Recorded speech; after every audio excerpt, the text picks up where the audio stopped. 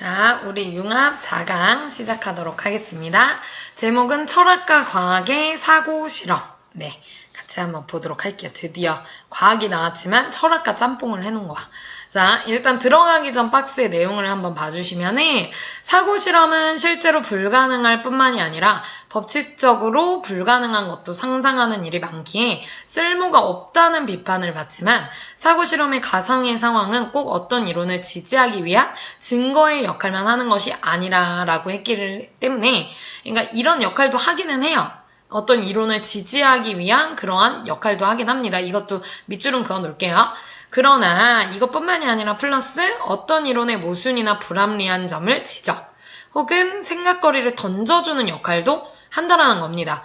그러니까 때로는 이러한 쓸모없다는 비판을 받기도 하지만 때로는 이렇게 가상의 상황을 통해서 뭔가 이론을 지지하게 해주거나 아니면 불합리한 점을 지적해주거나 아니면 우리에게 많은 생각을 하게끔 그렇게 만들어주는 역할을 한다라는 겁니다. 뭐가요? 사고실험이요? 그쵸? 실제로는 불가능하지만 법칙적으로 불가능한 것도 상상하는 일이 많기에 쓸모가 없다는 비판을 받기도 하지만 이러한 역할을 한다라는 거. 그쵸?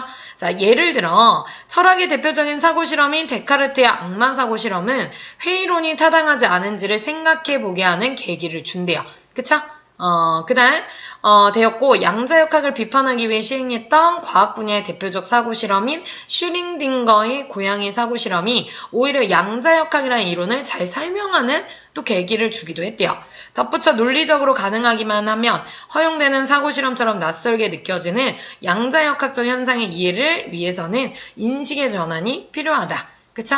그래서 요 뒤에 부분은 사고실험이 때로는 이러한 중요한 역할을 한다라는 거를 보여주는 그러한 예시라고 봐주시면 되겠습니다. 그래서 크게는 두 부류로 위에서는 사고실험이 무슨 역할을 하는지 그리고 그거에 대한 예시가 나와 있다라고 봐주시면 돼요. 자, 1문단부터 볼게요.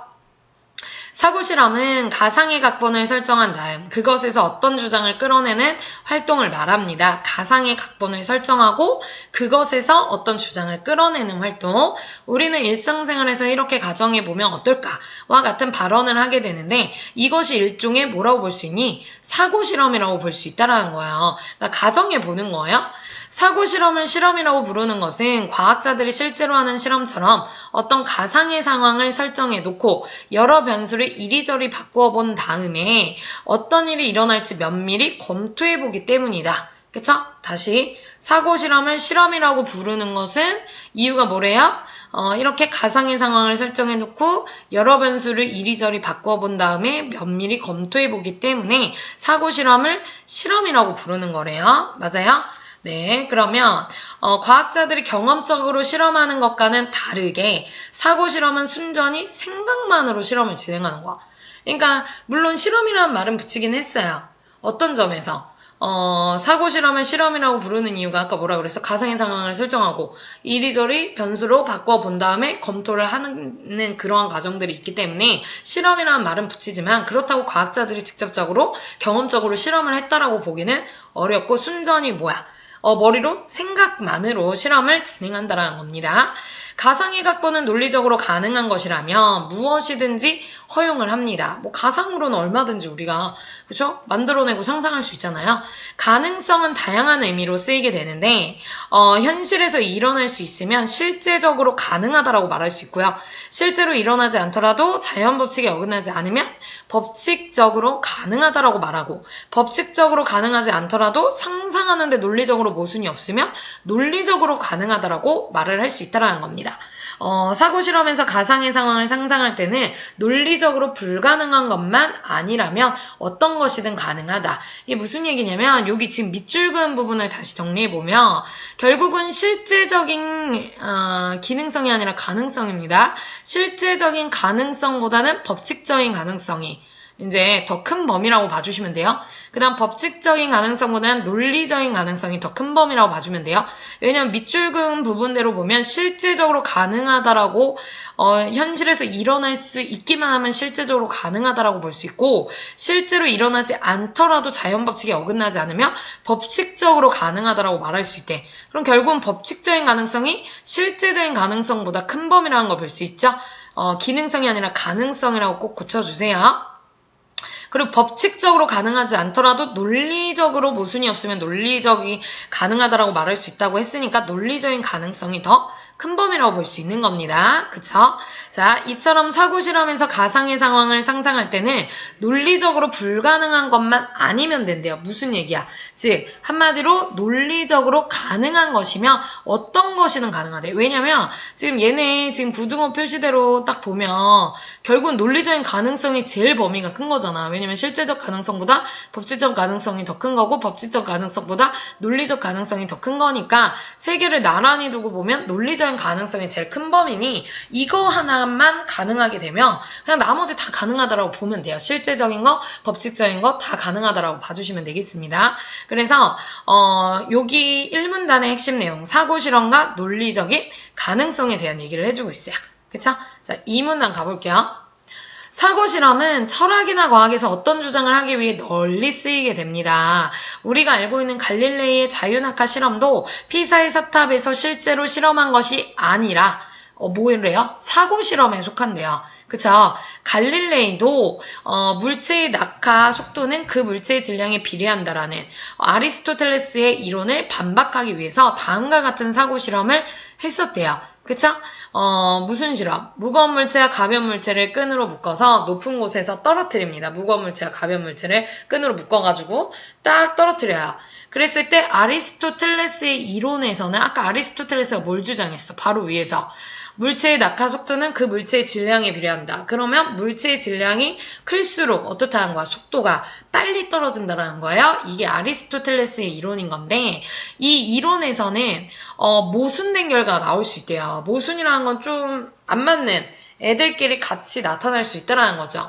가벼운 물체가 무거운 물체가 떨어지는 속도를 늦춤으로 하나로 묶인 물체는 묶이기 전에 물체들의 중간 속도로 떨어진다라고 할 수 있대요.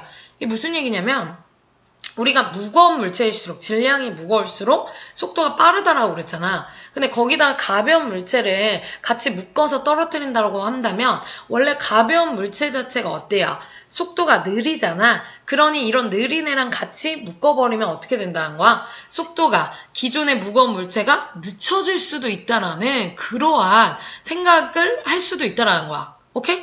물론 우리가 상식적으로는 조금 이해 안 되는 부분이지만 그냥 만약에 아리스토텔레스 이론대로 봤을 때 무거운 물체는 물체의 질량에 비례해서 속도가 빠르다라고 친다면 가벼운 물체랑 같이 엮어서 하면 가벼운 물체 자체가 속도가 느리니까 원래 무거운 물체의 그 빠른 속도를 늦출 수 있지 않겠느냐 그렇게 생각할 수도 있다는 거예요. 그리고 하나로 묶인 물체는 묶이기 전에 물체들보다 무겁기 때문에 더 빨리 떨어진다라고 생각할 수도 있기 때문이다. 이게 이제 우리의 일반적인 생각이긴 하죠. 하나로 묶인 물체는 묶이기 전에 물체보다 어쨌든 그 질량 자체가 합이 더 크다라고 볼 수 있기 때문에 기존보다 더 빨리 떨어진다. 그쵸? 선생님은 당연히 이거라고 생각을 하는데 이제 아리스토텔레스의 이론에 접근을 한다면 이 두 가지가 다 맞다라고 볼 수 있을 정도로 모순적인 결과가 나올 수 있다는 겁니다. 그쵸? 그래서 이 부분은 지금 아리스토텔레스의 이론에 따라서 사고 실험을 했을 때의 얘기인 거예요. 그래서 갈릴레이는 물체가 떨어지는 속도는 물체의 질량과는 상관이 없다라는 결론을 내리게 된 거야. 그러니까 아리스토텔레스의 이론은 모순인 결과가 나타날 수밖에 없기 때문에 이 아리스토텔레스가 주장했던 물체의 질량에 그 속도가 비례한다는 말은 이거는 잘못된 거다. 이렇게 결론을 내렸다는 겁니다. 여기까지가 이 문장 갈릴레이의 사고 실험에 대한 얘기였어요. 근데 여기서 이제 중요한 거는 EP1S에서 얘기한 것처럼 이렇게 사고 실험은 철학이나 과학에서 어떤 주장을 하기 위해 널리 쓰인다라는 거. 그 중에 예로서 지금 갈릴레이의 사고 실험을 말해주고 있습니다. 자, 3문단. 사고 실험은 실제로도 불가능할 뿐만이 아니라 법칙적으로도 불가능한 것을 상상하는 일이 많기에 쓸모없다라는 비판을 받을 때가 많아요. 이건 아까 우리가 앞부분에서 이미 확인한 부분이었습니다. 가상의 상황이 실제로 성립할 수 없거나 자연 법칙에 어긋난다면 합당한 근거로서 받아들일 수 없다라고 보기 때문에 그래서 쓸모가 없다라고 비판을 받는다는 거예요. 그러나 사고 실험에서 가상의 상황은 이 세 가지의 목적을 이 세 가지의 어떠한 역할을 할 수 있습니다. 꼭 어떤 이론을 지지하기 위한 위한 증거의 역할만 하는 것은 아니다. 물론 그러한 역할을 하기도 하지만 그게 전부가 아니야. 플러스 어떤 이론에서 모순이나 불합리한 점을 지적하려는 목적도 있고 때로는 어떤 생각 거리를 던져주어 우리에게 모호했던 생각을 분명하게 하게끔 하는 목적도 있다라는 겁니다. 그래서 산문단에서는 사고실험의 목적에 대한 거를 3가지 정도로 우리가 정리해 볼 수 있을 것 같아요. 4문단 가볼게요. 철학에서 잘 알려진 사고실험으로 데카르트의 악마 사고실험이라는 게 있습니다. 그쵸? 아까 뭐라고 그랬니? 앞에서 사고실험은 철학이나 과학에서 어떤 주장을 하기 위해 널리 쓰인다라고 했죠.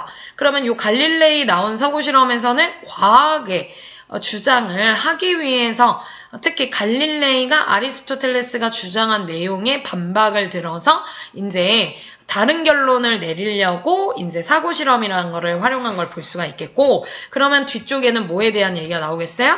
철학으로서. 그쵸? 철학에서 잘 알려진 사고실험의 예를 보여줍니다. 데카르트 철학자죠? 악마사고실험이라는 거를 하는데 우리는 우리의 지식이 정당화되지 않는다고 의심하지 않는다. 그러나 데카르트는 전지전능한 악마가 우리가 무엇인가를 전지전능이라는 것만 모든 걸 알고 모든 걸 할 수 있다. 뭐 이런 거요. 전지전능한 악마가 우리가 무엇인가를 믿을 때마다 우리를 속이는 것이 가능하기 때문에 우리의 지식은 정당화되지 않는다라는 회의론, 뭔가 후회하고 의심하는 거 있잖아요. 의심하는 그러한 회의론이 타당할 수 있다라고 봅니다. 누가요? 데카르트가요. 만약에 전지전능한 악마가 실제로 가능하지 않다고 한다면 데카르트의 악마사고 실험은 회의론을 지지하는 근거가 될 수 없다라는 비판이 당연히 나오겠죠. 그쵸? 그렇다라고 할지라도 전지전능한 악마사고 실험은 회의론이 타당하지 않은지 다시 한번 우리에게 생각해보는 계기를 마련한다는 거야. 그러니까 아까 앞에서 뭐라고 그랬어요? 사고실험에서의 가상의 상황은 우리에게 꼭 뭔가의 증거의 역할로만 작용을 하는 게 아니라고 했어. 물론 때로는 그런 증거 역할로 쓰일 때도 있을 수는 있겠지만 아닐 때도 있죠. 그러면 아니더라도 다른 이러한 목적들이 있을 수 있다라는 거예요. 그쵸? 우린가에게 뭔가 특정 이론을 드러내거나 모호했던 생각을 분명하게 하기 위해서 뭔가를 지적하거나 생각하게 만들어준다라는 거죠. 그래서 여기 보면은 그렇다 하더라도 전지전능한 악마사고 실험은 회의론이 타당하지 않은지 다시 한번 우리에게 생각해보는 계기가 된다. 현대에 들어 컴퓨터에 의해 가상현실이 점점 가능해짐에 따라 전지전능한 악마가 우리를 속이는 것이 실제로 가능할지도 모른대요. 그러니까 여기서는 이제 시대가 변하면서 현대에 들어선 컴퓨터 같은 게 이제 어떻게 보면 전지전능한 악마자를 대신할 수도 있잖아요. 이제 컴퓨터가 모든 거를 할 수 있는 기능들이 있으니까. 그래서 전지전능한 악마는 실제로나 법칙적으로나 가능하지 않았어도 컴퓨터는 실제로나 법칙적으로나 가능할 수도 있는 그러한 현대의 산물인 거잖아요. 그쵸? 그래서 가능할지도 모른다라는 말이 나오는 겁니다. 그래서 여기는 데카르트의 악마사고 실험에 대한 얘기, 이것을 통해 철학에서도 어떠한 주장을 할 때 이러한 사고 실험을 사용한다라는 거. 그럼으로써 물론 우리가 정확하게 그 근거를 댈 수는 없겠지만 적어도 우리가 뭘 할 수는 있다. 뭔가를 회의론이 타당하지 않은지 다시 한번 생각해보게 하는 그러한 계기를 준다라는 겁니다. 자, 5문단. 과학에서의 유명한 사고 실험의 하나는 양자역학에 관한 슈레딩거의 고양이 사고 실험이래요. 그러니까 지금 앞에서 뭐 갈릴레이 얘기 나왔었고, 그리고 데카르트 얘기 나왔었고, 이번엔 또 과학에서의 또 유명한 사고 실험, 양자역학에 관한 슈레딩거의 고양이 사고 실험을 이야기하고 있어요. 고양이 한 마리가 새 상자 속에 갇혀 있으며 머릿속으로 상상해 보세요. 이 상자 안에는 유리병에 들어있는 독가스와 방사성 원자들이 함께 들어있습니다. 유리병 위에는 망치가 놓여있고 원자가 방사능을 방출하는 순간 유리병을 내리쳐 치명적인 독가스가 발생하여 고양이가 죽도록 만들었어요. 좀 잔인하지만 실험을 시작할 때 1시간 안에 원자가 붕괴할 확률이 2분의 1이 되도록 조절을 합니다. 이 고양이 사고 실험에서 고전 물리에 따르면 핵의 붕괴가 1시간 안에 일어났는지 아닌지에 따라 생가사 둘 중에 하나의 상태에 있게 되는데, 그러나 양자역학적으로 해석하면 고양이의 생가사의 두 상태는 파동성을 갖기 때문에 파동함수로 표현될 수 있고 이러한 두 상태가 중첩되어 동시에 존재한다라고 설명할 수 있다라는 거예요. 그쵸? 이제 어떻게 보면은 두 상태가 중첩되어 동시에 존재할 수 있다라는 거. 이제 양자역학과 관련된 그러한 실험인 겁니다. 하지만 세 상자를 여는 순간 중첩되어 있던 상태가 붕괴되기 때문에 생가사 중 하나의 상태로 결정되게 된다. 슈레딩거의 사고 실험의 목적은 양자역학적 해석을 비판하기 위한 것이었다. 무슨 얘기야? 그러니까 한마디로 이게 우리가 양자역학이라는 거 여러분들 뒤에 보면 나와 있어요. 그 사용설명서 보시면은 양자역학은 분자, 원자, 전자, 소립자와 미시적인 아주 작은 그러한 개의 현상을 다루는, 즉 작은 크기를 갖는 개의 현상을 연구하는 물리학의 분야로 아무리 기이하고 터무니없는 사건이라 해도 발생 확률이 0이 아닌 이상 반드시 일어난다는 물리학적 아이디어에 기초를 한다. 그래서 뭐 현대에는 뭐 다방면으로 그런 것들을 이제 설명을 해준다라고 이야기를 하고 있어요. 그래서 20세기에 이루어진 학문으로 양자역학은 고정역학으로 설명되지 않는 현상에 대한 정확한 설명을 제공하고, 양자역학의 효과는 거시적으로는 관측이 어렵지만 고체의 성질을 연구하는 과정에서 양자역학 개념이 필수적이다. 그러니까 아주 미세한 거가 존재한다라는 거를 이제 뭐 밝혀내는. 그리고 지금 방금 여기 실험에서 본 것처럼 이제 이러한 생가사, 그러니까 보통은 우리가 살아있는 것과 죽은 게 있다면 이거 두 개가 같이 공존할 수는 없잖아. 근데 그거를 같이 두 상태가, 두 세계가 같이 중첩될 수 있다라고 보는 거야. 그치? 양자역학에서도 그런 걸 이제 주장을 하잖아요. 하지만 세 상자를 여는 순간 중첩되어 있는 상태가 붕괴되고 생가사 중 둘 중에 무조건 하나의 상태가 결정되는 거기 때문에 결국은 슈레딩거의 이러한 사고 실험의 목적은 뭐였다는 거야? 양자역학은 존재할 수가 없다. 이걸 비판하기 위해서 이런 실험을 했다라는 겁니다. 그쵸? 그러니까 뭔가 우리에게 기존의 그러한 관념에 대한 뭔가 회의감이나 이런 것들을 부여해 줄 수 있다는 거야. 그러니까 꼭 사고 실험이 어떤 거에 대한 근거로서 뭐 작용할 수도 있겠지만 뭔가 우리에게 생각해보고 이렇게 비판하게 해보고 이러한 역할을 할 수 있다는 겁니다. 그래서 양자역학이 불완전하며 여기 죽었으면 동시에 살아있는 고양이가 실제로는 존재하지 않기 때문에 양자역학이 불완전하며 현실적이지 않다고 비판을 하였다. 누가? 슈레딩거가요? 아인슈타인 또한 신은 주사위 놀이를 하지 않는다라는 말로 슈레딩거와 같은 입장을 취하였다라는 걸로 봤을 때 아인슈타인도 사실은 슈레딩거의 말에 동의했다라는 거 무슨 얘기야? 한마디로 그렇게 생가사 같은 그런 어떤 모순적인 그러한 일이 동시에 벌어지지는 않는다라는 입장을 취했다라는 거예요. 이 신은 주사위 놀이를 하지 않는다는 게 그런 의미인 거예요. 그쵸? 그러니까 뭔가 번복할 수 있는 일이 계속 생길 수는 없다는 거죠. 그냥 죽었으면 죽은 거지. 죽었는데 동시에 살아있을 수는 없는 거잖아. 그치? 하지만 슈레딩거의 의도와는 다르게 고양이 사고 실험은 양자역학이 무엇인지를 직관적으로 가장 잘 설명하는 실험이 되어버렸대요. 후에 과학자들의 입자와 파동의 이중슬립 실험을 통해 양자역학적 중첩된 상태가 나타난다는 것이 오히려 증명되는 결과가 나타났다라는 겁니다. 그쵸? 그러니까 여러분들 오히려 이제 비판적으로 비판하려고 내세웠던 이러한 사고 실험이 나중으로 갈수록 결과적으로는 이후의 과학자들에게는 오히려 증명이 되는 그러한 또 실험이 될 수가 있었다라는 겁니다. 그쵸? 그래서 슈레딩거의 고양이 사고 실험을 통해서 이렇게 이 사고 실험이라는 것이 결국은 이제 다양한 목적으로 쓰일 수 있다라는 거를 말해주고 있어요. 자, 마지막 6문단 가볼게요. 자, 그렇다면 엄연히 입증되는 양자역학의 과학적 사실이 우리에게 낯설게 여겨지는 이유는 무엇일까? 그쵸? 그거는 우리가 경험하는 세계에서는 양자역학이 직관적으로 다가오지 않기 때문이다. 이제 직관이라는 게 뭐예요? 어떤 판단, 이러한 추리, 이러한 것을 떠나서 대상을 직접 그냥 파악해버리는 걸 의미하죠. 근데 우리가 경험하는 세계에서는 이런 작은 애가 존재하냐 안 하냐 이거 우리가 눈으로 다 볼 수 있는 것들이 아니잖아. 그치? 그렇다 보니 이제 우리가 사실 양자역학이 사실이더라도 그거를 받아들이기가 어렵다라는 거죠. 보어라는 사람은 양자역학적 현상이 비록 고전역학의 관점에서는 반직관적이기는 하지만 이를 이성적으로 이해하기 위해서는 우리의 인식의 틀을 변화시켜야 한다라고 말하고 있다라는 겁니다. 그쵸? 그러니까 결국은 우리의 인식, 이러한 편견을 버리고 그것을 나름대로 우리가 변화시켜서 생각하려고 노력을 해줘야 된다라는 거예요. 그래서 양자역학적 현상의 이성적인 이해, 그쵸?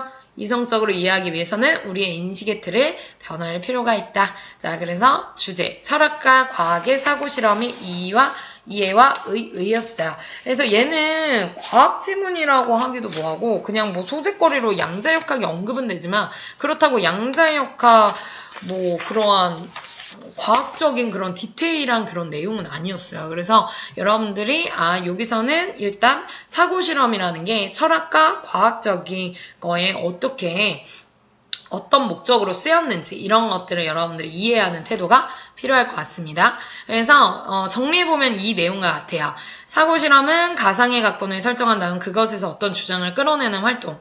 논리적으로 가능하다면 무엇이든지 허용이 가능하다라고 했어요. 왜냐면 논리적인 가능성이 제일 범위가 크기 때문에 그쵸? 그걸 따지는 게 제일 중요하다라고 했고 그러나 이제 쓸모없다라는 비판을 받기는 하는데 그 이유는 뭐였어요? 실제로 불가능하거나 법칙적으로도 불가능한 것 상상하는 경우가 많기 때문이었습니다.